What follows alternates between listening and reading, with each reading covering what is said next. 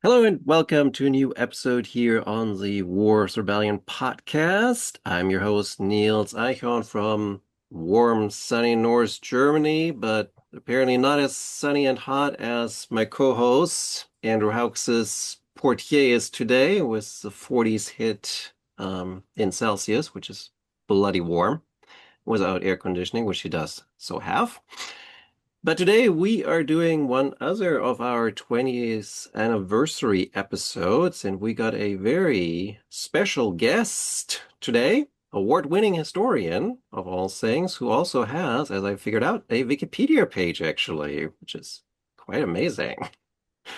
Um, so today we have Amy Murrell Taylor with us from the University of Kentucky. She has a PhD from the University of Virginia, and we are going to talk with her about the anniversary book, which was her dissertation as well in modified form, and which is published by the University of North Carolina Press, The Divided Family in Civil War America. She also, I should say that because that is the other big book, she also has published Embattled Freedom, Journeys Through the Civil War's Slave Refugee Camps, which, among other things, won the Now Book Prize and the Tom Watson Brown Book Prize as well. I was in the audience for that. Um, Very interesting speech, and maybe we can at the end talk a little about how the organizations that you gave the money to received that and what they have done with that. But let's start with your family history. So how does one come to say, I want to write my dissertation about family? Well, first of all, thank you for having me, both of you. I was really delighted when you reached out about a book that I haven't thought about in quite some time. So this really gave me a chance to go back and reflect on it. You know, you say it's the 20th anniversary, but I really started working on it in the 90s, as you said, as my dissertation. So this goes way back for me. And how did I get there? Well, I guess it goes to how I got into Civil War history itself. I really started as a historian in my undergraduate days thinking a lot about women and gender. And that's what led me to Civil War. It was actually in an undergraduate class taught by the incredible Anne Fearer Scott at Duke University. It was I was in the last undergraduate course she taught before she retired, and in that course, I started really digging into the Civil War and looking at family collections and just got really intrigued with, as a family and gender historian, a social historian, how do moments of societal disruption, moments that's when it seems like things are atypical and not quite right, like a war, like a civil war, how do they expose the rules of a society?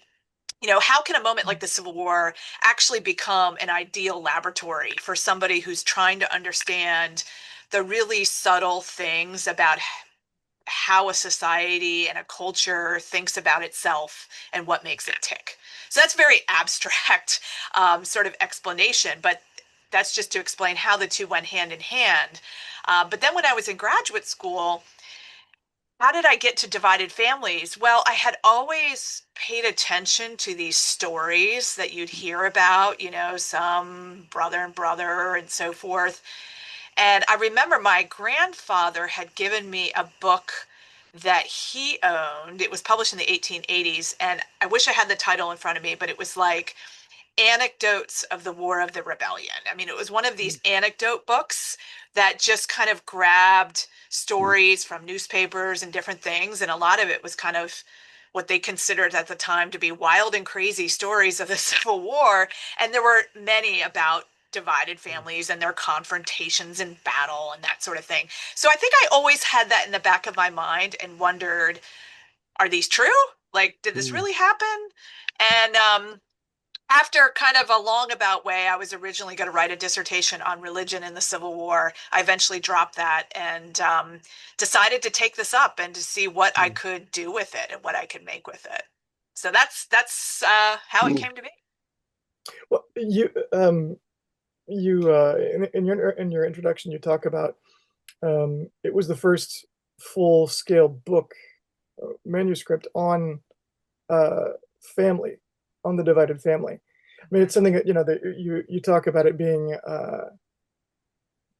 in the lexicon, the common lexicon of Civil War studies about the house divided, brother against brother, fratricidal war, using the family metaphor to describe things, but it's hard for me to imagine that it took until 2005 to have Mhm. a volume published that Yeah. actually brought that story together. Yeah. And I shared that with you at the time. It just hadn't been taken seriously. I mean, I think that people maybe deep down didn't really believe these stories were true. Kind of we like to think of the Civil War in terms of some neat divisions between Union and Confederacy or North and South. And we like our binaries, we like our categories. Um, it's hard to imagine then that a family wouldn't just fall into one camp or the other. Maybe that was part of it. But I think it also reflects where the historiography or how the historiography shifted over the 20th century.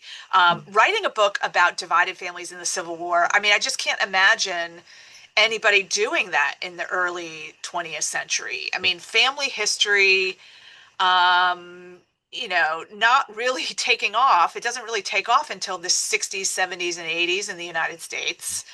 Um, you know, that the idea that these families would have anything to tell us about the war was kind of maybe inconceivable earlier in the 20th century. So I think, I came around, I started in the 90s. So I entered the field thinking about this after several decades of work on family, gender, women. I had the benefit of this growing historiography that was taking this aspect of life seriously. And so it became more imaginable and thinkable for somebody like me than it would have been, much earlier in the century. I don't know if that's the full answer. Maybe you all have thoughts. I mean, it was just something that you mentioned it early on, and it's true that there wasn't. I mean, you have examples of your anecdotal histories. You talk about your. For me, the what immediately pops into mind was the whole body of literature in the post-war era of reconciliation and across the divide, and you have these families, you have scorned lovers, and you have all these wonderful stories of. It was just a great atmosphere for selling books and stories like that. Um, but I don't know where I was going with that. Yeah, I find it odd that I just find it funny, not odd, funny that there had been nothing that had actually studied that as a phenomenon and actually with concrete examples of real family stories. Mhm. Which, yeah, Yeah, which and maybe we can come back to this too. I always thought that maybe more people there would be more books to follow because I think there's more to say, but they haven't followed. So I don't know what that that says was either. another one of my questions. So yeah, I was exactly saying wanting to ask the same thing that it's sort of like your book came, and I remember you and a few others did sort of Holly, I think, was on it, and um few did sort of this roundtable on like family, especially with like African American family, but it's like it doesn't feel like a lot of people have done anything. Yeah. Like I mean this like we had Ben Severance with the Tennessee books that he wrote 20 years ago on one time, and he kind of was very reluctant to kind of join us because he kind of felt like, I don't feel like I had that impact. So I guess hmm let me ask this way. How do you feel like? Do you feel like disappointed that not more took up sort of Well, you as family, or do you feel like, well, I'm the authority then? well, I guess that's how I can comfort myself. You know, I think one thing that's happened since I published the book, it's not that family history has gone away, but I think it's gone in some different directions. And this kind of book is not really what people are writing. One, it's gone in a more micro historical direction. with a lot of studies of particular families. And so there we do see some studies of family division. I'm thinking of Steve Barry's book about the Todd family. That's a good example. He did take up this theme and this subject, but just did it in a very different way. So I think, the ambition to write books that kind of characterize a whole group of families, that's just not where we're at. And I think the microhistorical sort of approach might be partly driven by, I mean, it could be a number of different things, but one of it may be that we're also in kind of a genealogical moment as a culture and a society. I mean, look at what Ancestry.com has done. Mm. Look at what the television shows like Finding Your Roots have done. I think there's a lot of interest in studying individual families and seeing how far we can get and what can an individual family tell us. And so that's just kind of asking different questions and kind of taking things in a different direction. Um, so that may be part of what is going on, if that makes any sense. Well, to me, when you were describing your in working in the 90s on gender studies and women, it seems like this is kind of the logical next point, because I don't know how much women's studies and gender studies in Civil War history, in terms of Civil War history, uh, are they outdated? For me, it seems like it's something from the 90s, maybe early 2000s, and Yeah. kind of moved on. So this actually kind of gets back to the question Niels asked, which I forgot really to answer, which is about impact. Um, so historiographically, this book, The Divided Family, I think it didn't have the sort of impact of changing the conversation, steering it in a new direction. But I think it's more of the enhancing a conversation that was already taking place and providing a different angle on it. Mm. And I see that in two ways. One is getting to what you were just talking about, Andrew, about gender in the Civil War. When I was working in the 90s and then published this in 2005, one of the big concerns of the gender historians of the Civil War was basically to rethink and re-show where war took place. To basically explode the idea that there was a public world of war that took place on battlefields and in political halls and legislatures. And then there was this private world that was somehow apart from war. That was the family. And that was the kind of underlying, sometimes unarticulated assumption of much Civil War historiography, and really not just Civil War, but American historiography for years. And the gender historians, their big, goal and the focus is to show how interconnected these worlds are. That we can't really understand what's happening on a battlefield or in the legislatures without understanding where these people came from and how their identities as men, as members of families, as members of households, are constantly sort of impinging on their thinking and on their decision making and on their actions. So, blowing up this public private divide, I think Divided Family comes out, and that's really kind of one of the central themes of the whole book is how here we have these, and I should emphasize, we're really talking white, more elite, middle class at least families in this book. And we could maybe come back to that. But they idealized the world in terms of this public and private divide. That's their aspiration. That's what how they're trying to live. And what they find in the Civil War is this collision between the two, and they're constantly trying to pull them apart again. And so I think the book, what it just showed in a different way, the way in which 19th century Americans were constantly wrestling with, the relationship between their public and private worlds, and never really quite achieved what it was that they were aiming for.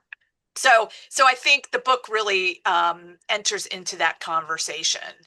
And I can also bring up, I don't know if you want to shift in this direction yet, but sort of unexpectedly, the book was also in conversation with another literature that was just starting to really come out when my book came out, which was studies of the border states. The border Mhm. states kind of became a hot topic in the early 21st century. And my book ended up being part of that conversation in a way I hadn't really expected. So, kind of getting us back to impact, that's where I would see where this book ended up having um, some role and some place. Yeah, for I totally agree with that. Because in the from I'd say 2000 2010, there were a lot of books that came out that were addressing the the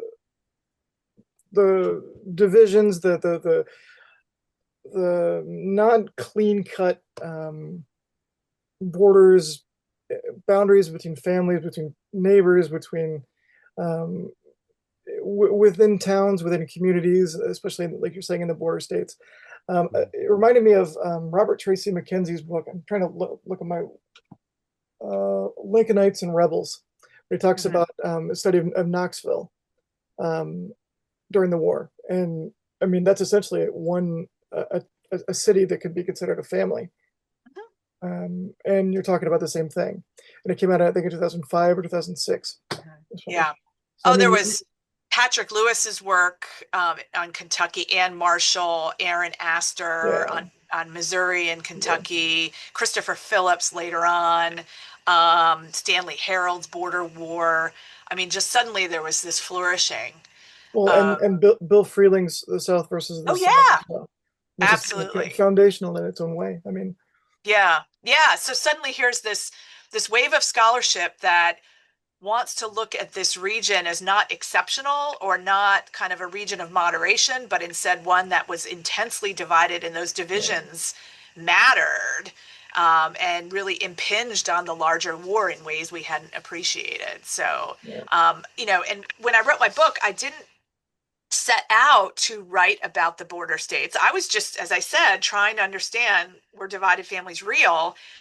But then when I started surveying archives and traveling the South, the the collections I found, the evidence I found, didn't 100% concentrate in the border states, but largely did, particularly in Kentucky. And that, I mean, I guess it didn't fully surprise me, but it just wasn't what I intended at the start. And in going back over my book for this conversation, I noticed I don't play up the border region context maybe as much as I could. And maybe if I was rewriting the book, I might draw that out even a little bit more strongly. But nonetheless, I think it has had something to say to the border state historians. Yeah, go ahead, and Niels. yeah. Well, I kind of like two questions there, so I give Andrew a break. Because you already mentioned like the archive. So how like you have so many stories in there, so many people that you've like found. How do Mhm. you find that? That Like, was a question I do had as well. In do you fact, that go was to my the next archive question, and they're Niels. like, let me see your family papers, and Well, they roll boxes and boxes, and you're overwhelmed for a month. yeah. Well, I mean, first of all, I've always said that if I wasn't a historian, I would be a journalist Hmm. or a police detective or maybe a psychologist, all of which are interested in sort of understanding and digging and understanding human behavior.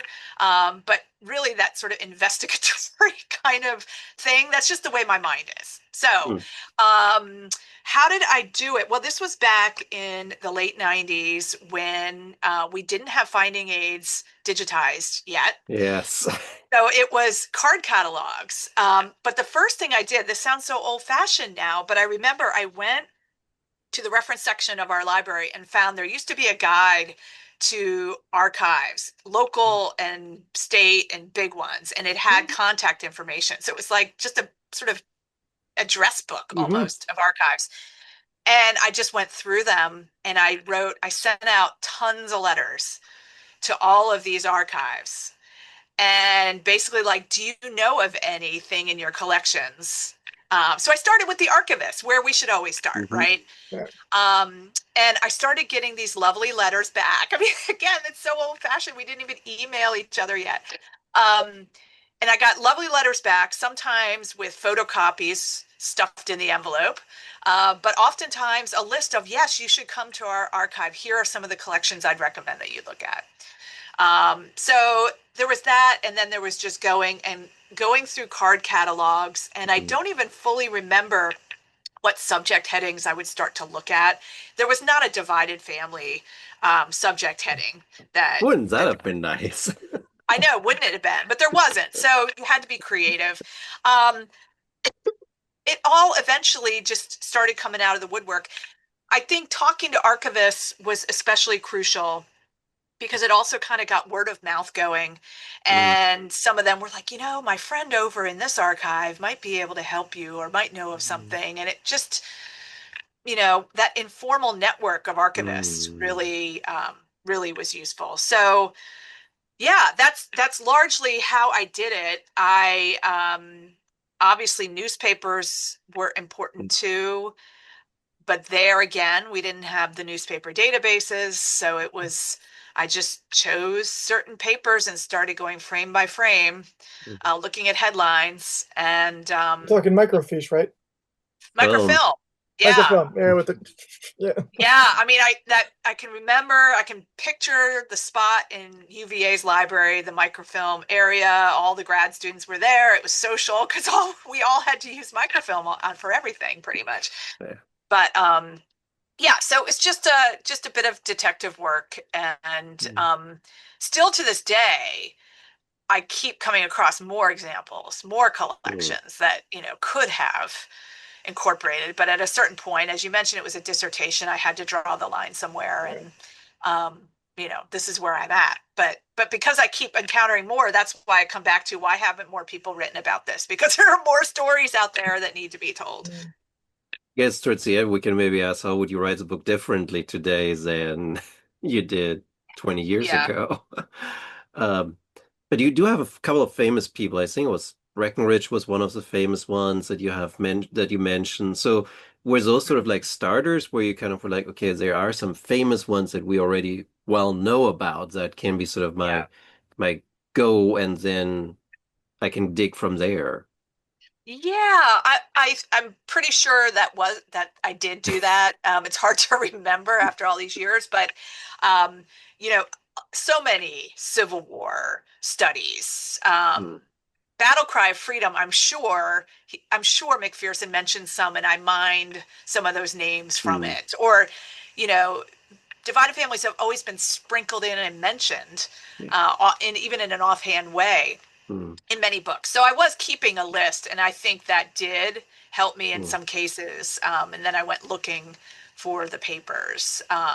Some of those Kentucky, I mean, it seems like every member of Congress or prominent political leader in Kentucky had a divided family. I mean, once I Talk got about to Kentucky, I Crittenden. just started, pretty much searching any prominent person, and something, pretty much came up. Um, that was pretty incredible, actually. So, you gonna ask Andrew? well, it was I've just I don't know if talked about the Crittenden family. Mm, Mhm. Yeah, which it's a no-brainer, but it's there and it really draws Yeah. in. I mean, Well, that they're very prominent. I mean, that was so interesting. Of course, we all learn about Crittenden as one of the great compromisers from Kentucky and the author of the Crittenden Compromise. So that's how I knew him. And so it actually did surprise me when I first thought about it, I was surprised that he had a Confederate son. And then I was like, well, maybe this does help to explain some of his impulse to compromise and to find some common ground. But that story I dug into, he had papers at the Library of Congress. But I think some of the most interesting material that came up was in the newspapers because he was so prominent, and this happened to the prominent members of divided families, he started getting some real blowback in the press for having a Confederate son. And some of his political opponents in Kentucky, particularly George Prentice, the editor of the Louisville Daily Journal. I write about this in the book. He um, writes in his newspaper about, look what's happened to John Crittenden. How can he let this happen? This does not reflect well on him as a father and his character, and, really attacks him. And what I found interesting, I then found Crittenden's private letter to Prentice responding to this, basically saying, he's sort of straddling this line. He tries to defend his son, but also get Prentice off his back. And he leans back on this idealized notion that family life is something separate from politics and war. And, and tells Prentice, like, can you help me keep this private? Like, please respect our privacy, is what he says. And so he's really struggling to kind of, separate the war from his family. And what I find is an interesting postscript to that is it turns out Prentice had a Confederate son too.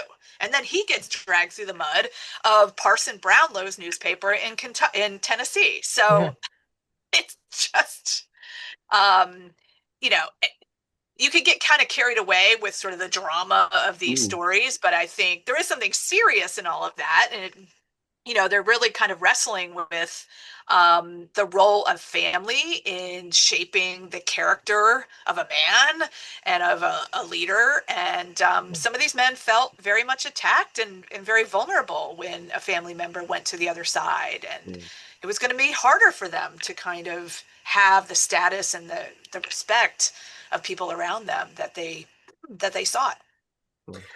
Um, One thing that really intrigued me as I was doing my own research, um, using Find a Grave, which is a fantastic tool.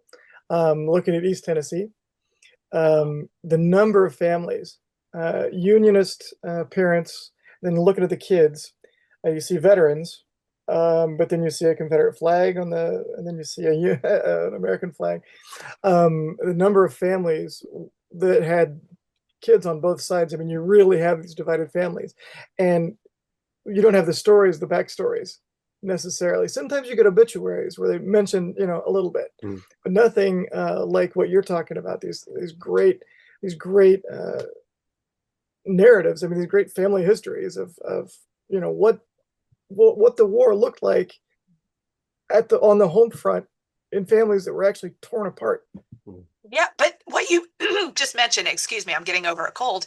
Um, what you just mentioned is fascinating to me, using Find a Grave to uncover some of these families. I mean, obviously I didn't have access to Right. to that Yeah. at the time, but I hadn't even thought about that before.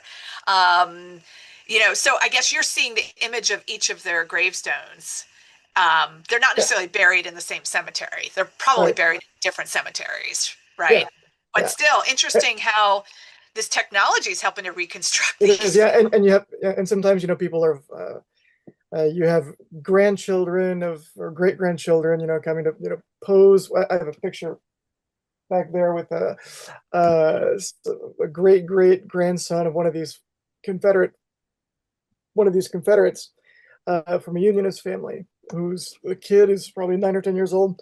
He's dressed up in a Confederate uniform with a kepi and everything, and celebrating this, this Confederate member of this family that was a Unionist family. The brother who fought for the Union and had a, what do you call it? The congressional, the Army headstone, the normal Army headstone, and this guy has the Confederate one with the pointed top. So, yeah. Ah, interesting. So yeah, I mean Wow. it's really funny, and There's an people article there, Andrew. yeah, Or at least You a should blog go write post. it. yeah, for sure. He needs to defend his dissertation first. Yeah, I've got to finish that first. Okay, okay. Yeah. When is that again? Oh, don't talk about it. Okay. Oh, we gotta I know break how that someday. feels. That feeling I haven't forgotten. That Well, you, sticks Yeah, with you. it's nerve-wracking. Hmm. especially in France. Yeah. No, France is great. But back to away from that, you do have, try to remember here, I think it's towards the end of the book. You have this one brief section on African American families, and you Mm. already mentioned that, like, you predominantly the families you're looking at are white, middle class, upper class, sort of. And I kind of wondered, like, what would you have wished you would have been able to do more with that, or would you have liked to do Yeah. more, like found more families? Do you feel like I'm thinking here of Hillary Green's work, for example. Mm. Like, do you feel like people have taken that in the right in sort of and run with it, or do you feel like there still needs to be more done on sort of in general African American family? Well, definitely there's more to be done. Absolutely. That chapter, there is a little story. That chapter was not in my original dissertation. Mm-hmm. Um, it was one that, um, you know how review processes go with a press. The Yes. reviewers have their thoughts and their suggestions, Hmm. and the publisher grabs onto it. Yes. And I was really pushed to add a chapter on Black families. Now, I don't want to suggest I was resistant to the study of Black families. Hmm. And this is all related to why I wrote the second book that I did.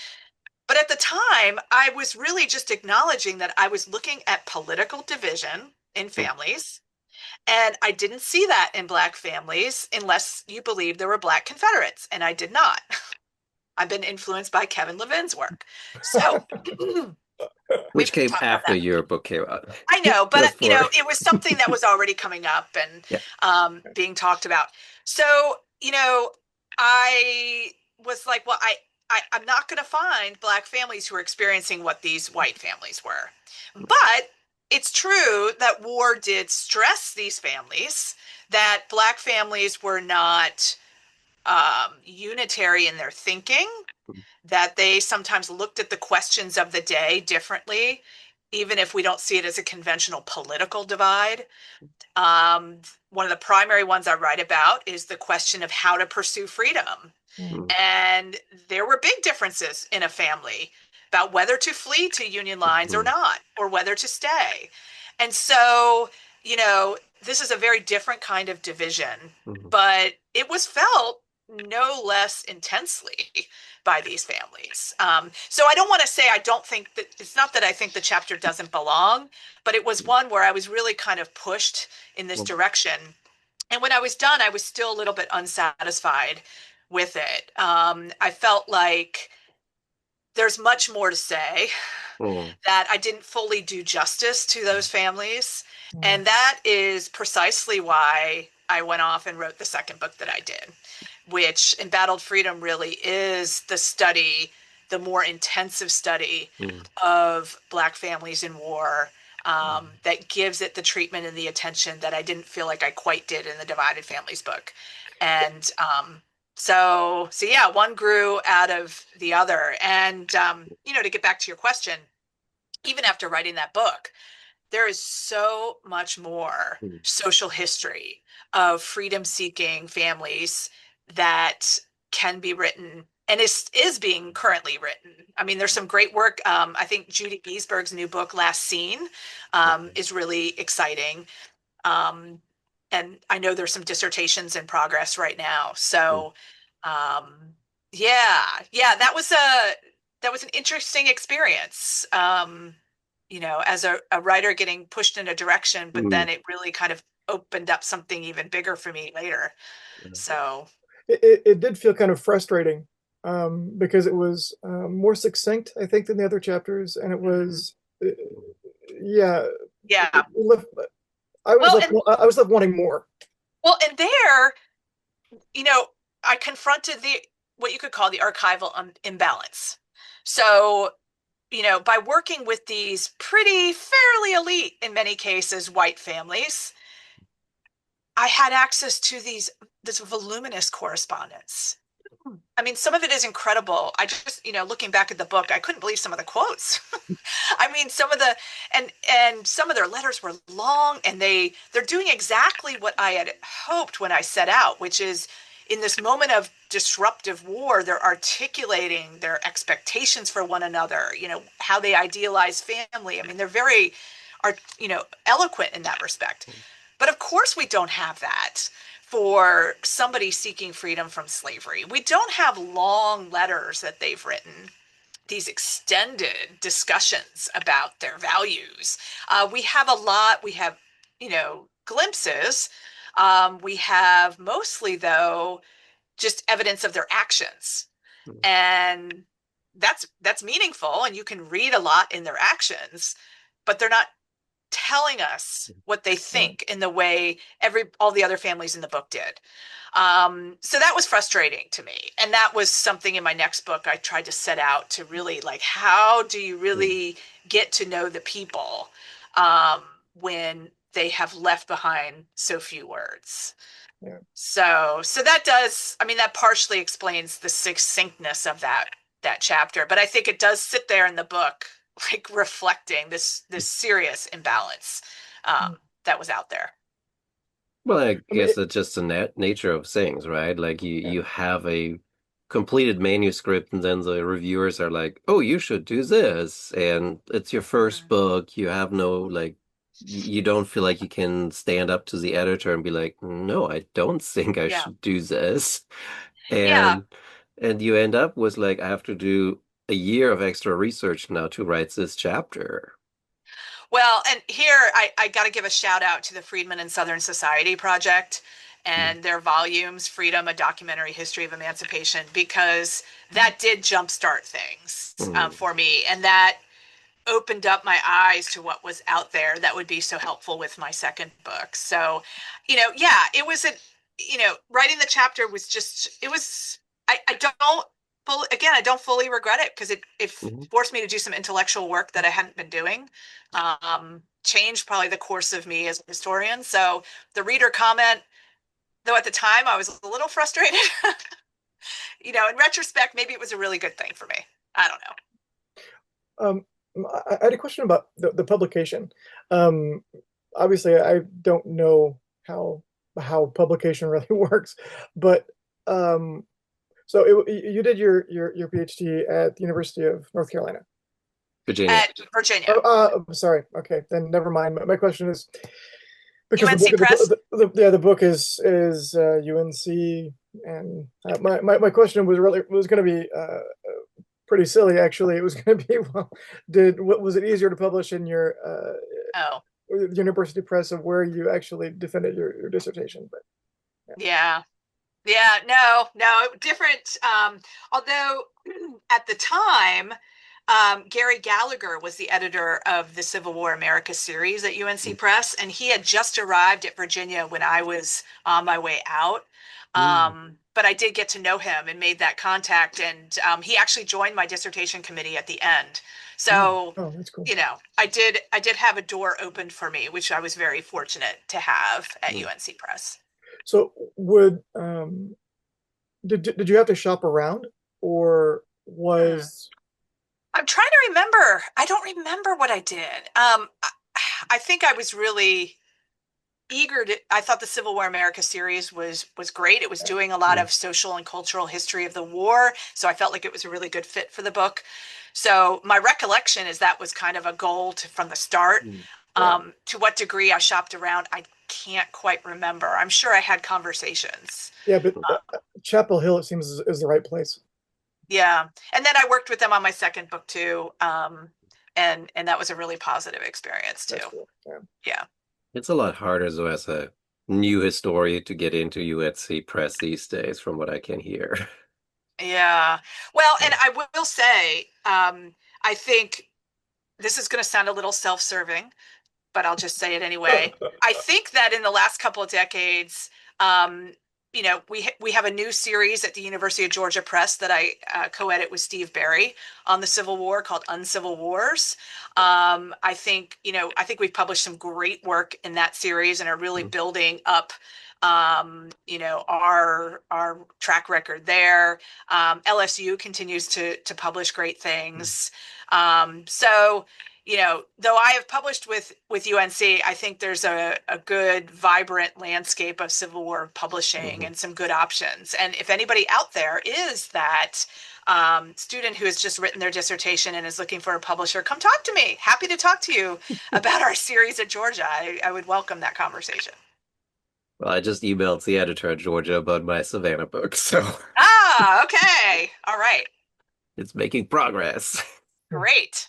I'll have to Excellent. comment about LSU Press later for you guys off the record. Okay. But you're raising your head up, so Andrew, you're next. Oh, well, I've just got tons of questions. Yeah, go Um, for it. so you one of the comments, one of the examples that you mentioned, um, and then extrapolate is the families who divided families who used divisions within the families uh, to claim the union for the uh, claims commissions. Mm, I found that yeah. really, really interesting because there's a, I can't think of her name, published a published her dissertation in 2015, 2016. Susanna Lee? Yeah, that's it. Who talks about that, and that's one of the major points in her book is that you're using the idea of the union and divided families to show one's allegiance to Yeah. try to grab some money if they could. Yeah. So, yeah, I write a little bit about the Claims Commission. I think more research and more could be said about that in the context of the claims, but this general sort of relying on loyalty by association Yeah. with family and sort of calling on a family member's demonstrated loyalty to prove one's own is something I saw in other contexts too. So, um, people who wanted to cross the lines and travel and had to prove their loyalty would sometimes invoke, well, I'm related to this prominent union person.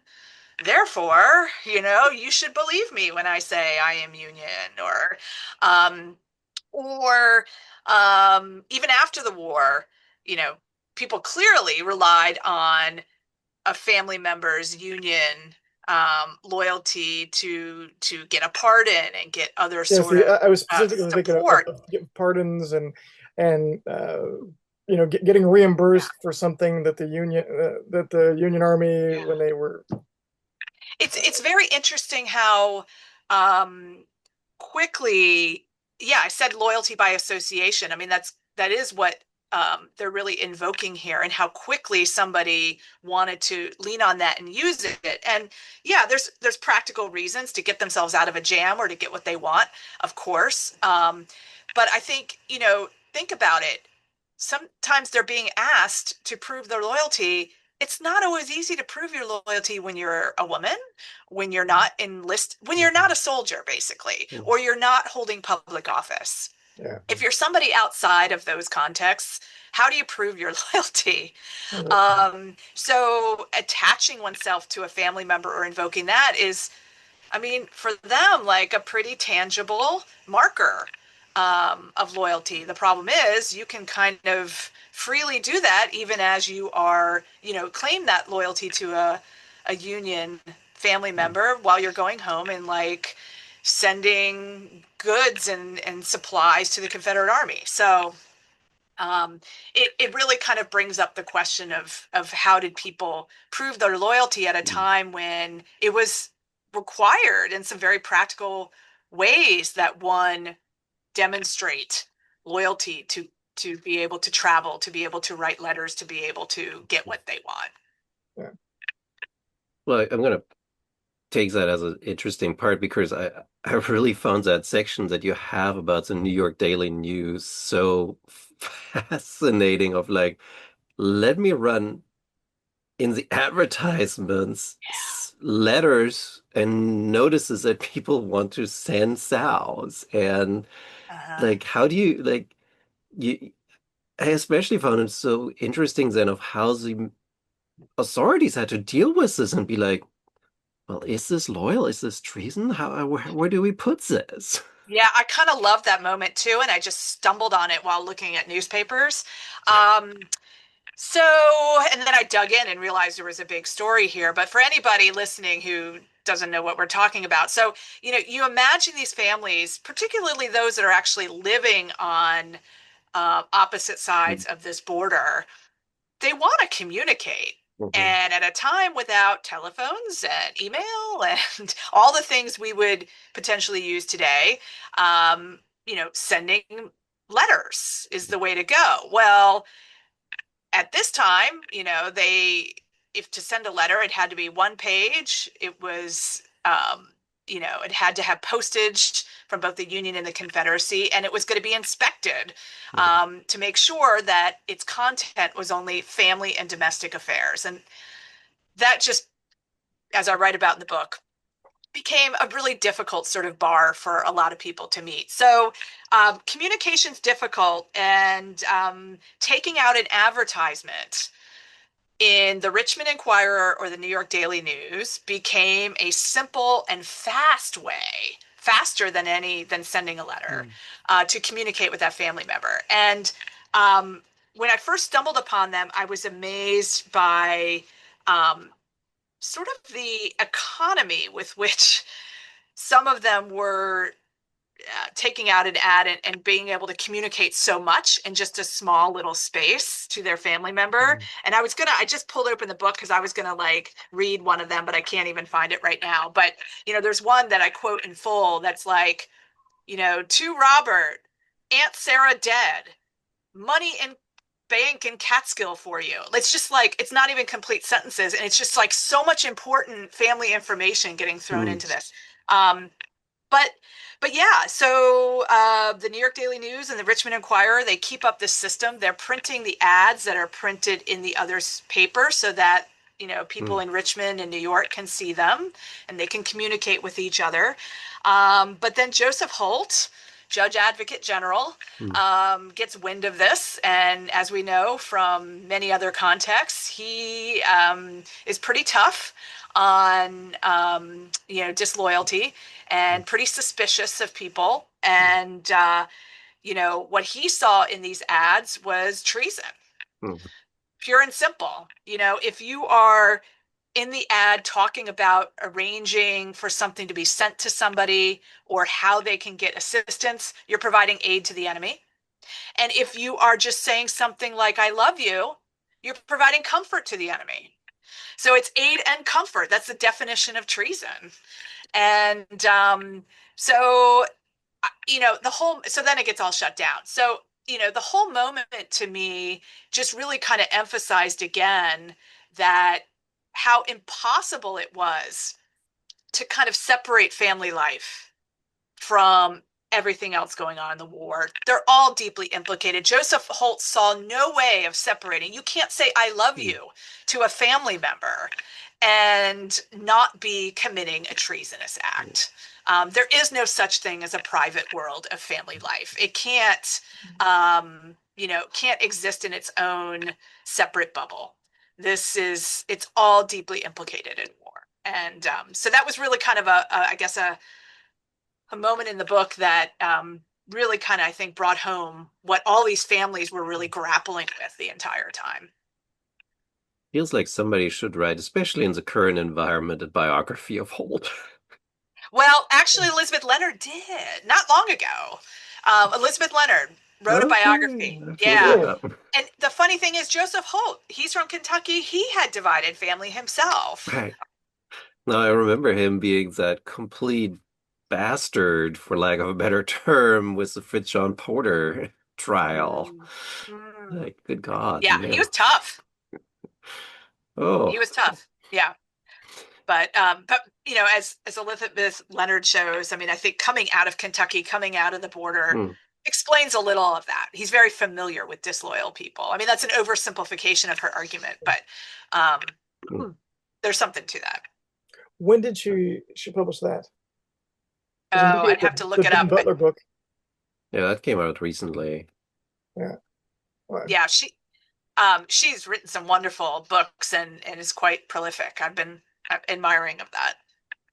Lincoln's Avengers, that's the one? No, I can Lincoln's look it up. Ally, 2011. Oh, okay. So it was longer ago than I thought. Yeah. Well, there's another candidate for us, Andrew. Yeah, Yeah, absolutely. that'd be great. It would be wonderful. I Yeah, had Hmm. contact with her on the Butler book. Oh, but the going back to your book, I I kind of like the how do I best start this one? Like, I mean, in part, you kind of felt like you w waited for the McCoys and what's the other families there to Hatfields. kind of the Oh, Hatfields to kind of ride in and kind of the TV show to take off. But it feels like in contemporary times, let's say like the last 20, 30 years, that sort of this notion of this being a brother war is very, very prominent. That mhm. I don't know if that's a sort of lost cause attitude, sort of to kind of downplay, or if it's sort of like, oh, we're going to hang on to these two or three episodes. But it reading your book, it took me back to family vacations and like right about the time that you published, and we're working on it actually, in Disneyland, Disney World in Orlando, and there's an attraction where the Civil War section starts with this family portrait, mother's dad in the middle, the two sons in the back. And the two sons arguing over like, is Lincoln right? Is Davis right? Is slavery saying? And then the whole presentation is the Soul War as a brothers' war. And it felt sort of like you obviously have that in a literal, but also in not quite a literal sense in the book. So I'll let you take that where you want. Yeah. Well, I think brothers' war, brother against brother, that's been pervasive, as you say, continues to Hmm. be. I don't know if Epcot is still doing that two brothers I would thing that assume. yeah. Um, it does come out, and I explore this in the book too. The sort of the divided family metaphor and in Hmm. thinking about the American nation, why it's been imagined as a family, because that predates the Civil War. Um, and then what does the Civil War do to that long-standing association of the United States as a family? And the specific brother against brother image absolutely grows out of the lost cause, and in particular the reconciliationist Hmm. impulse yeah, that takes place in the or really emerges in the late 19th century. And I don't even need to explain it. I mean, it's obvious how to imagine this as a war of two brothers is to imagine the Civil War as a battle of two principled sides Hmm. that had a disagreement, but so much continued to bind them together, Right. and so they were able to come back together as one. And of course, this framing is one that does not require reckoning with what the war was Hmm. about, yeah, does not require reckoning with the treason, but especially with slavery. And so that's really what gives it that metaphor its power for a long time into the 20th century. This is very comforting for white Americans who want to embrace that reconciliationist view of the Civil War. But I think it's also endured maybe for, I mean, it's still, as you say, it still endures today. Why do we still grab onto that when more and more people are willing to look at the Civil War as Hmm. actually a rebellion, Yeah. actually a treasonous rebellion, not, so much a civil war of equals. Hmm. And, I think um, some of it is comforting in other ways. To some Americans, they have a hard time wrapping their mind around the idea that Americans could fight this war against each other. So this is somehow comforting. Um, I think, yeah, we as Americans don't want to believe that we were on the brink of some kind of collapse. Hmm. And so this image makes us think, well, we were always a family. We just had this one yeah. squabble. Hmm. I think some people still want to see the Civil War that way. So, Hmm. yeah, why it endures today, that's a whole other question that somebody else should take up. There's another article for somebody out Yeah. there.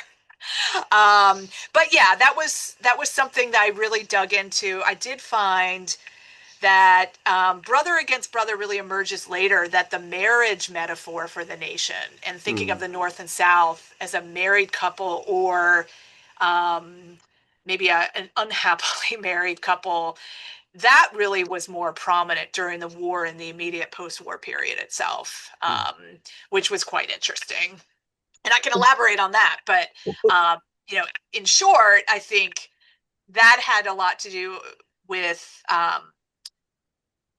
how Americans were thinking about the Confederacy um, in these marriages. In these stories, the Mm, South is always represented as female, the North is male, and depending on who the writer was and what section they were from, um, the woman is either this dangerous seductress or she's this pure innocent victim of Northern brutality. So, very much sort of a metaphor for sort of thinking through how people were viewing the Confederacy mm. and what it represented and its intentions. Th- One more for the brothers that you can take on with the family and marriage. It's And going to be a follow-up to yours then. So go either ahead. way, no, I kind of found that you have, and since you have the book open, a picture on page 80 where you have like uh James Washington and George Armstrong Custer pictured Uh, together with that slave boy. And it's the other brotherhood, that the Brotherhood of Arms, the Brotherhood of West Pointers. So it's mhm, more than just like what we think of family. It's also the sort of um like the metaphysical family that they're mhm. thinking about. And Yeah, yeah, which I started to dig into, and others have written about, West Point brothers divided mhm, and their experience. But that picture, that photograph, and anybody listening, you can just Google George Custer and James Washington photo, Matthew Brady, and this will come up. Um, that photo really, I keep coming back to it. It's kind of an extraordinary one. mm, Here is George Custer, who finds that his old West Point friend, James Washington, has been captured by U.S. forces. And Custer uses his pull to get a parole for his old mm, friend. So there's the whole world of just the brotherhood or friendship and the way it kind of mm, affects some of the things that are going on militarily mm, too. Um, but they sit for a picture. yeah. And, for Matthew Brady's studio, and Washington sees this young black boy. He's a refugee or a contraband, as Mm, they were called. And Washington says, why doesn't he come into the picture, but he should sit by me, the Confederate? You know, we have some evidence about this. Libby Custer, George Custer's wife, wrote about the scene. So there is a little bit of evidence out there about what was going on here. But, you know, it's an extraordinary picture. The boy is not looking at the camera. mm, He's looking downcast. He's barefoot, made to sit by the Confederate. I mean, I didn't really think through that while writing the book of what it meant mm, to that boy to be sitting there. mm, Um, but you know, the whole thing captures um, the brotherhood coming together, mm, but the slave boy is still going to be with the Confederacy. It's almost like a hopeful imagining on Washington's mm, part that, we'll come together and we'll still have our mm. slavery, or we'll still have the submission of Black people. So loaded. Also, great Um, illustration connecting your two books. yeah, well, interestingly, the illustration was used for the cover of the Divided Family book, Mm, and the cover artist took the top part of the photo. So just kind of the head and chest of Custer and mm, Washington, and then repeated it 3 times on the cover and cropped out the boy. mm, And I remember when I got the cover of this book, I said, "What? How can you crop the slave out of the picture. That's exactly what in some ways, I felt like I was writing about in the book when we talk Mm-hmm. about the family metaphor. It's a way of kind of cropping slavery out of the Civil War story by just focusing on brotherhood and so forth. How can you repeat that on the cover? Well, again, I was I needed to get published. It had to run. It wasn't changed. Mm-hmm. So that always kind of bugged me a little bit about the cover. Yeah. So I think, I did not the realize I got such loaded question out. yeah, Well, UNC Press, I love you, but I disagreed with the cover. I still well, do. do you not You can have still publish your third book. do you not have veto rights over covers? See, I don't know if That's the things have first book. changed. I Yeah, not really on the first book. I mean, there may be some people out there who are better negotiators and Mm-hmm. better at asserting that and having some leverage. I just didn't. I did object, but I was told it was too far in the process to do anything about it. So Mm-hmm. it's fine. I mean, it's just, yeah, how No, easily, they were making an artistic decision. How mm. easily an artistic decision can, convey a totally different meaning. Or can undermine the the illustration that you had chosen Yeah, for a Mhm. reason. exactly. Yeah. Well, that was like just as a side story. You have it there in the background. The Civil War in the Age of Nationalism book, and LSU had intended to pull a little further back, and it would have looked much less imposing with the statue. So we were kind of like, no, we want that. And then they were like, oh, but we need a higher resolution picture. So I sent an email. An hour later, I had the high resolution picture and was like, do it. So second Ah, book, it was a lot easier to do that with two Well, authors that were established and yeah, be like, yeah. I was going to mention your book because the cover of Civil War and the Age of Nationalism is really good with John Legg's photo. I mean, That is a great photo. Yeah. Oh, I didn't know John Legg took it. That's great. yep, yep. Yeah. It's at Yeah. No, that's a Gettysburg. great cover. You took yeah, it at Gettysburg. Yeah. Yeah. And I mean, we may like to say, covers don't really matter. It's what's in the book, but come on. It Covers, sells. they do sell. Yeah. Yeah. And people do judge books by their covers. Mm-hmm. yeah. Yeah. They do. Yeah. So, So, but Andrew, I cut you off. What was I going to say? It was about Yes. the brothers war. Um, so Amy, you said through the 20th century. I would say even today. I mean, especially amongst the probably the neo-Confederate groups, the Lost Cause type people, the brother against brother, the reconciliationist um, narrative is still still holds true. mhm. Um, yeah, so that was what I was Yeah. going to say about that. Yeah, yeah. No, and I mean anybody who still holds on to that reconciliationist hope, aspiration mindset is going to be friendly to the idea of this as a brothers' war. Yeah, Absolutely. yeah, nostalgia. Yeah. But sometimes unknowing, I mean, without acknowledging what the cost of that is. That's I right. think sometimes it's too easy to invoke this image of war and not think about what the cost is. And the cost is like again that serious reckoning with what Mm. divided um, these two What sides. it reminds me when you're talking of quotes that Kevin had in I think it was Vox that when they did that Confederate Monument video, which is a great video for anyone who wants to kind of get a 2 minute summary of the Hmm. Confederate Monument debate, and Yeah. he notes in there that especially people that are believers in the lost cause, they like to see things through the personal.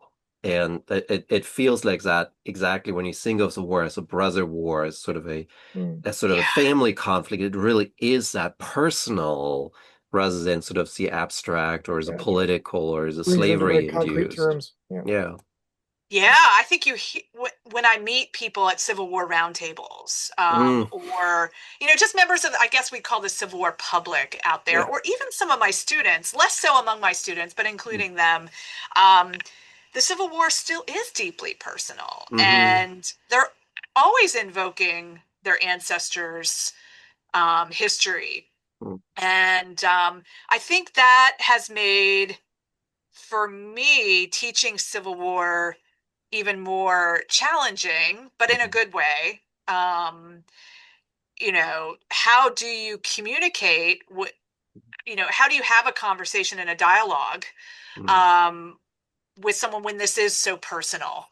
And how do you convince them to maybe see things in a little different way, Mhm. or to open their eyes to things? And I find To that take a very step challenging, back. but I think it's part of what keeps me going. I don't know how you all feel. I don't Yeah. know. You're probably not doing any Civil War roundtables where you are.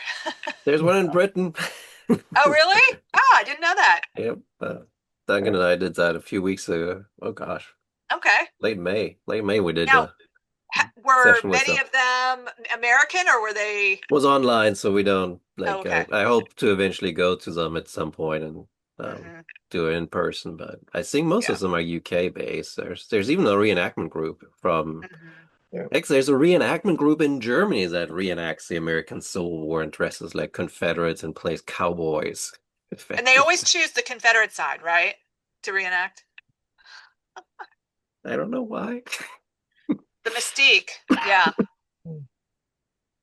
Uh, Well, what were you saying about getting your students to maybe take a step back, uh, a full step back from their family history to to gain a better perspective, a more global perspective of things is got to be really hard, especially It. here in Kentucky, where Hmm.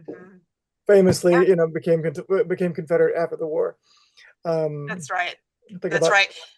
Yes, I will say Anne Marshall's book on that yeah. I subject, was just going to Creating a say Ann Marshall. Confederate Yeah. Kentucky, and just sort of thinking about how Kentucky evolved over time and showing them like concrete evidence of that has been really effective with my students, even those who come in with Confederate relatives or they think they had Confederate relatives or have this sort of attachment.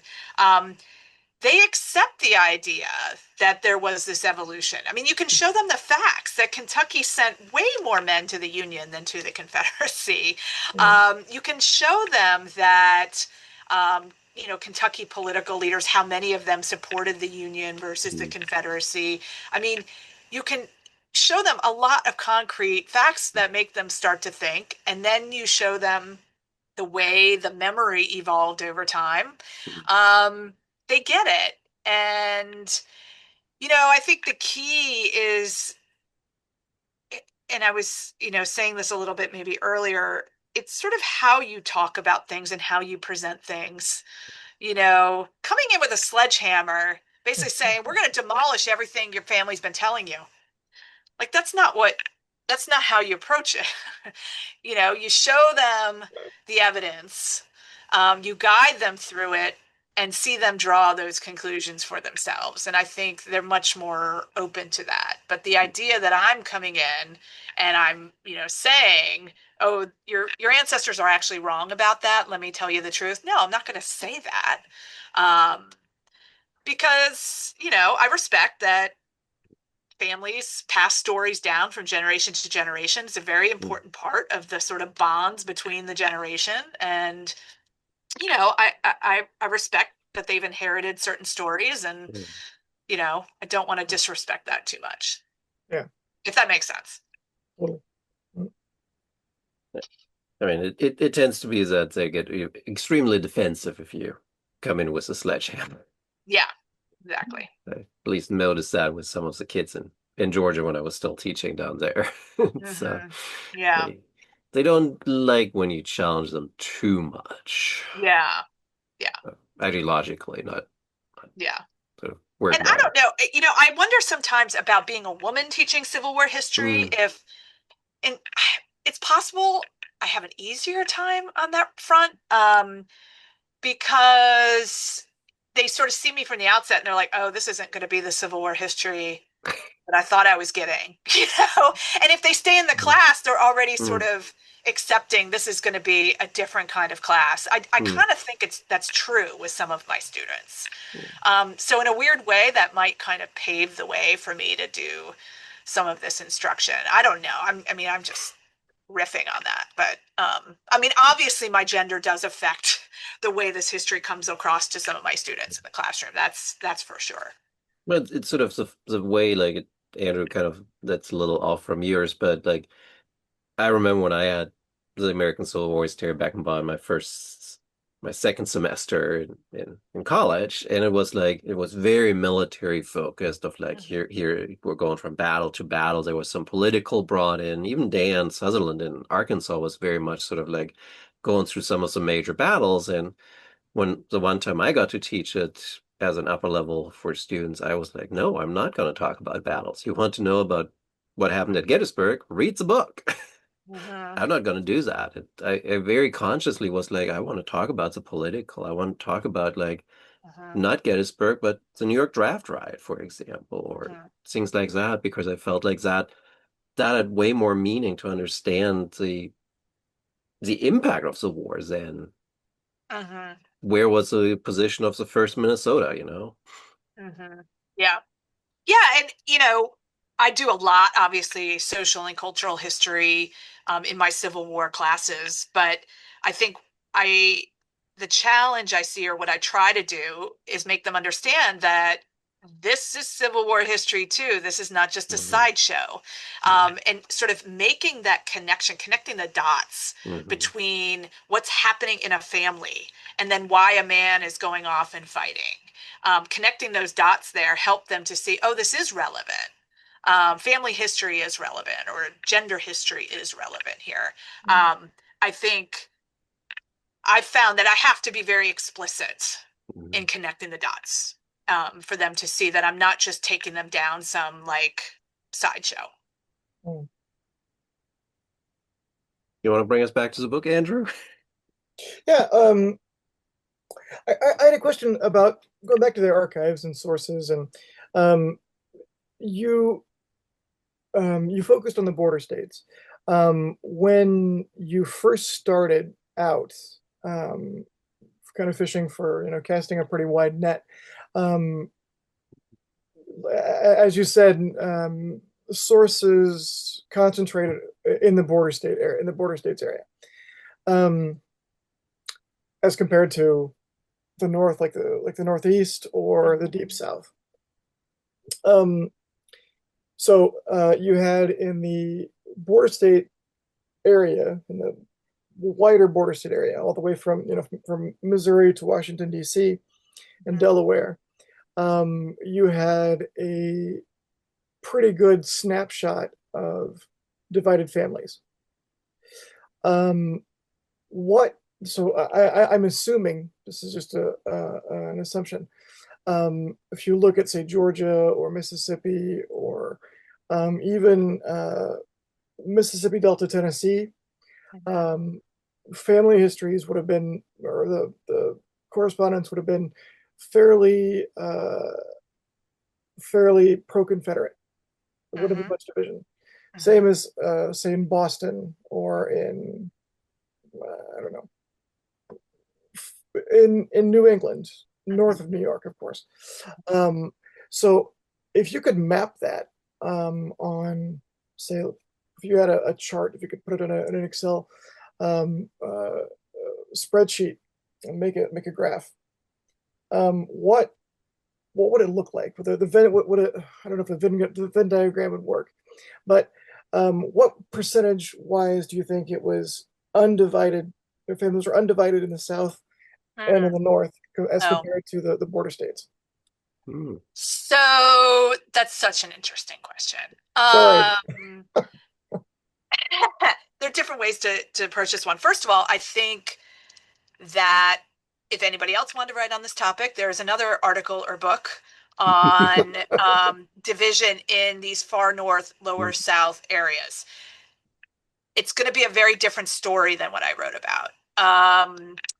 I can't really give you numbers. I couldn't even give you numbers for the border states. That's a whole other subject. But um, one area that I think would be really promising for somebody to study are the people in like the Mississippi Valley, some of these big plantation owners who came from the north and Oh still yeah. had family up there. What happens to them?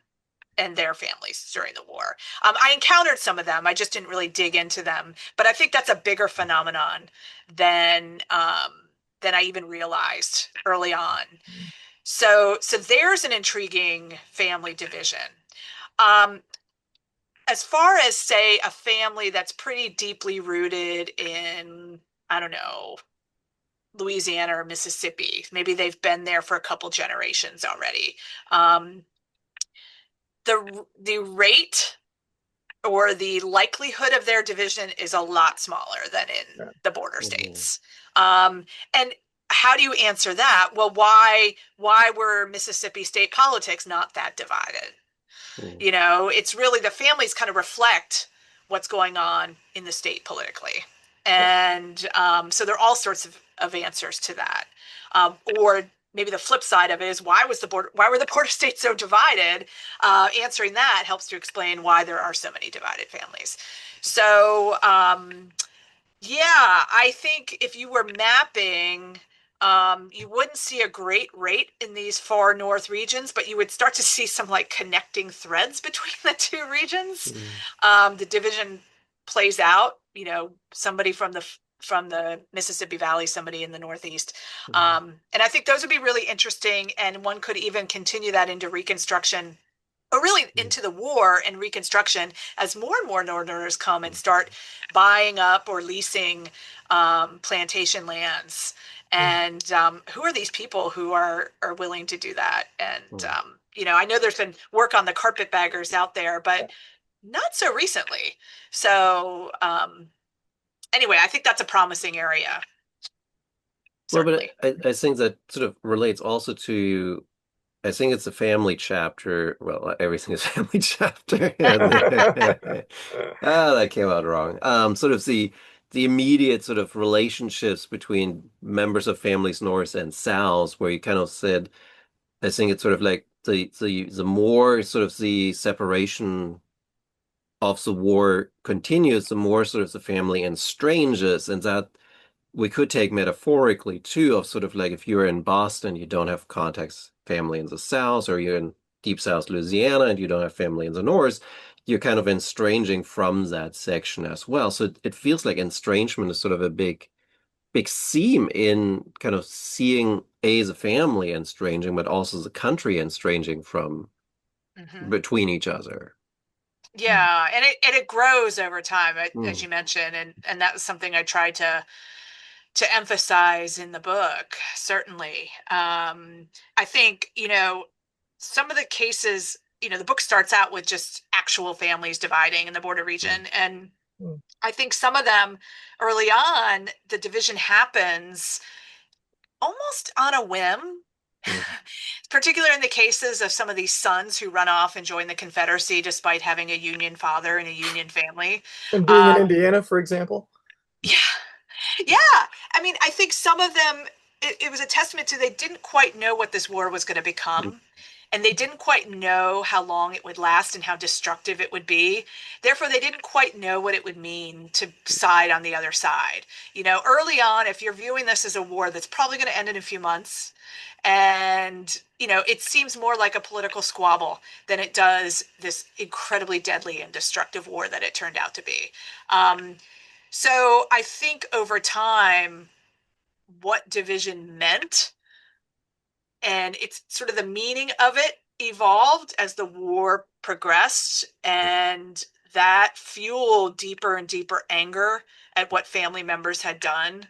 And you know, that fueled some deepening estrangement as well. Mm. Time matters here, definitely. Well, but it also was like odd on some level in that they were like, all right, we're gonna for 5 hours on the battlefield, we'll try and kill each other, and then when the battle's over, let's be friends. Yeah, exactly. Somehow, and this is not just men in battle, I mean, these were other family members too, really tried to see like this is a difference of opinion. We all have jobs to do, but there's something deeper there. This is where the real families are grappling with what the nation would be grappling with. And I I found it quite interesting after the war when so many Union people, Mm. family members, were willing to help their Confederate family member get back on their feet, either helping them get a pardon, Yeah. get paroled from prison, financial help. And they're still angry. They're still angry. They might never feel the same way towards that Mhm. family member, but they felt this sort of practical duty. Mm. Um, that I found quite interesting, and it was amazing how much people could, I don't know, make these kinds of distinctions, and they felt duty to country, but duty to family Mm. was really strong. It also felt a little bit like that old saying from political science, right? Of like, I hate Congress, but I love my congressman. Mm, yeah, That that like, oh, I hate the yeah, enemy, it's the yeah, abstract Confederacy, but if the enemy is my brother, different story. Mm. yeah. The capacity of humans like disaggregate, or Hmm. we hate the group, we hate the collective. Right. But we have the ability to disaggregate them and to view people Hmm. individually. And I don't know, I guess that's a good thing. I don't know, is that a good thing about human nature? And maybe we should find some hope in that today. I don't know. Well, for me, it's also if you look at the flip side, racists tend to say, you know, well, this guy's okay, but I don't like black people. But, Hmm. Hmm. Jim here is okay. Or Yeah. Hmm. Yeah, that's a good analogy, or a good counterpoint. connection. Yeah, Yeah. very true. There definitely is that. Um, let's see. What else do we have on our list here of all the fun things that you have in the book? Um, Yeah, it's a the, really rich book. I it, mean, yes. Well, yeah, back to my detective like sensibility, I guess. When I was just trying to figure out what are all the ways I could explore this topic. Mm. Um, Well, and this is what I came up with. well, there was also this, I think it was in the marriage sort of in the husband wife section where you have this couple that basically says, well, we disagree. I disagree with your choice of military service the United States. Well, he disagrees with her allegiance to the South, and they kind of are like, well, we'll compromise. I leave the army and we're just living privately. Yeah, Like yeah, Antonia Ford and Joseph Willard. So you're talking about, if anybody knows the Willard Hotel in DC, it's the same mhm, Willard. Um, yeah, and they weren't really alone. You know, on the one hand, there were divorces mhm, that resulted, and I write about one where it was at a time when in many states to get a divorce you didn't just go to your local court, you had to go to the state legislature and get the legislature to grant a divorce. And so she has to go to the Pennsylvania legislature, which the bonus for a historian is that meant there's, a yeah, record of what was yeah, discussed and debated about their divorce. So that was a wonderful find, and she got her divorce. But this is a time for these white middle class elite families. mm, Um, they are starting to think about marriage in different ways. At least historians of the family have long sort of traced this transition that happens at some point, though nobody can really agree mm, when, from a more patriarchal marriage to a more companionate marriage. mm, And, by the Civil War, there is evidence of some people embracing this idea that a husband and wife should be friends. They should be, bound by affection. It's not about duty and obligation. And they're little bit more equal mm, in terms of their day-to-day relationship to one another. And so that was a case, the one you mentioned, where, they're clearly seeing marriage more in those terms, mm, and in a funny way that is allowing them to embrace some difference. mm, They're getting away from the idea that Antonia Ford in this case should just submit to her husband in all mm, things, and she can have her own independent mind. They just can't do it publicly. they've got to be secret or a little more quiet about it. And so he resigns and they just work at the hotel for the rest of the war. So yeah, I mean that, what I was just saying is something I try to emphasize in the book, that approach these family divisions. They're shattered and thrown by a lot of them. It's very unfamiliar territory that they're in. And so they try to reframe it in a more familiar way. And they call on all their sort of family ideals about family conflict to sort of settle and deal with these. So a son running off to the Confederate Army is not really, in his father's eyes, taking a principled stand. He's rebelling against his father. That's a more familiar kind of conflict, and Mhm. that's how he's going to be treated and how this is going to be dealt with. Um, so that becomes very much the coping mechanism, you might say, for It these families. it does feel extreme though to say like, oh, I disagree with that. I'm going to run off and fight the armies that wants to kind of break away from your country. Yeah. Well, and I think it's maybe back to what I was saying before. I think it's meaningful that a lot of them run very early in the war. Mhm. They're not running off in 1864 as much. So again, they don't quite know what the war is going to be. Mhm. The sons that I write about also are quite young. They averaged, Mhm. late teens, early 20s. Rebellious Um, age. they're at that age. We could call it the rebellious age, or they're at that age where they want to establish themselves independently, but Mhm. most of them are still living on their father's land. They're sort of waiting for dad to give them some of the land, bequeath it, however, and they're frustrated. And so that sort of fuels some of their rebellious spirit and makes them a little friendlier to the Confederate cause. I'm gonna have to go in a minute. Okay. So I hope you guys continue the conversation after I leave. Well, But we can also end it, I think. We're at almost an hour and a half. well, I had one quick question. Quick. It's always the just before you mentioned having to, pick and choose and what ideas or what avenues did you have to jettison Mm. um, Mm. for your final manuscript or final dissertation, final manuscript? Wow. I wish you had asked me that like 20 years ago. I would have a fresh answer.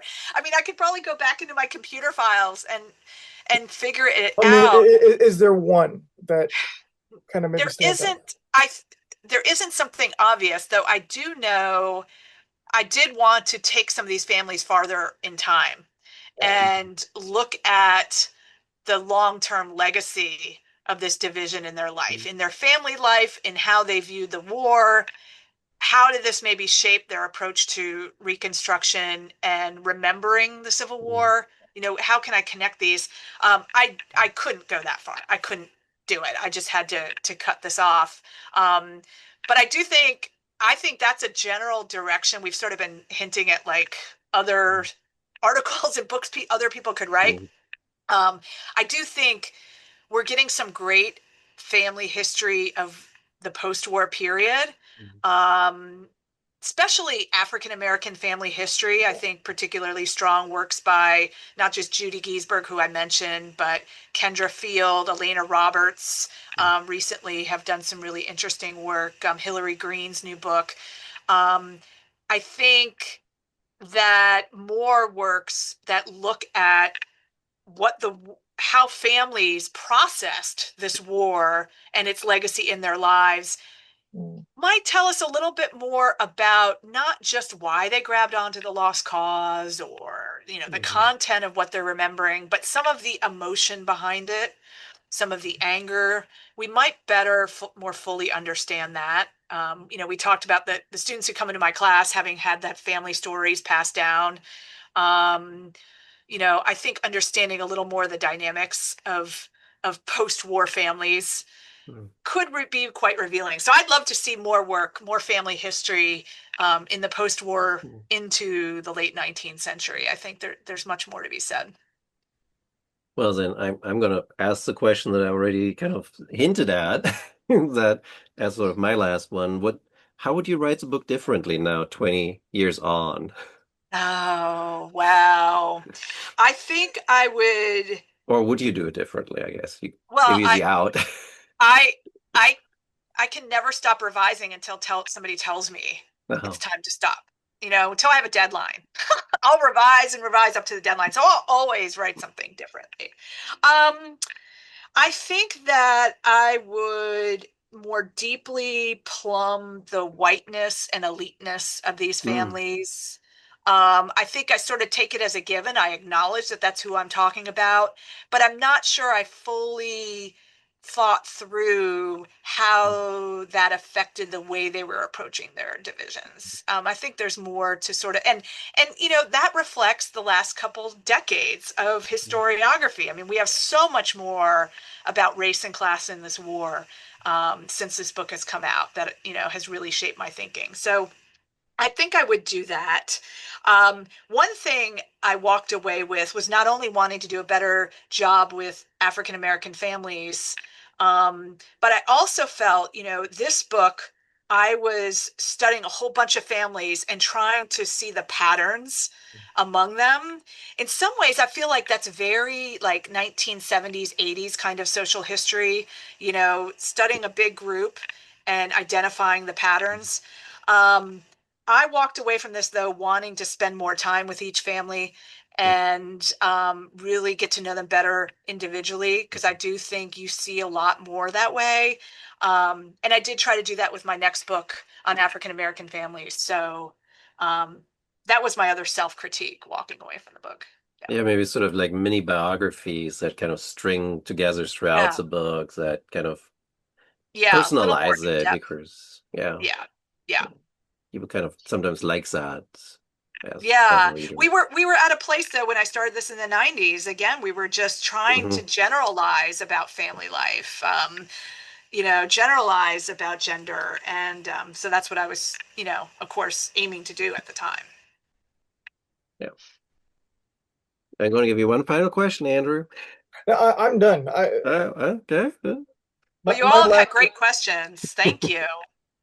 Yeah, no, it was a very, it's a very great finish. enjoyable book. I mean, like, Yeah, it was a great book. I mean, um, yeah, there was Well, so much thank to it. you. There was so much to it, Yeah. and I just read it for the first time in 2025. So I was coming into it cold, um, yeah. and you can tell that it was published in 2005, but it still Mhm. holds up. Oh. Oh, well, that's good to hear. Thank you. Yeah, no, Yeah. And So somebody out there, get working on this subject. yeah. no, I mean Otherwise, that's I think what we kind of all agree is that it's like there, and I was thinking about that as I was reading that and prepping for the interview, is like there isn't a lot that has been done about Hmm. like big picture family Hmm. since you published.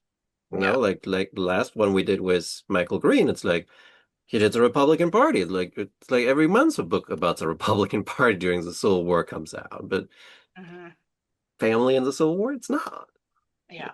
which is Exactly. extraordinarily surprising. Yeah. Hmm. Hmm. Mhm. Yeah. Great. There've been some good collections of essays. I should give a shout out to Lisa Frank and um, Leanne White's did Household more. They're Hmm. talking less about family, Yeah, more about household. yeah, but but Um, but you're talking about a monograph. I mean, there's not. yeah. Yeah. Yeah. No, you're right. There we go. Well, if you are interested, it is still available. I looked it up on the UNC Press website as a paperback for $40. All So right. you can still buy The Divided Family in Civil War America. And it's also available as an ebook. So, yep, you can Very still enjoyable obtain it. read. Yep. Well, thank you. Thank you for prompting me to go back and look at it because I had left this long gone. So it was interesting to go back and see what I was doing. It can be a good or a bad thing, right? Yeah, it's both. Well.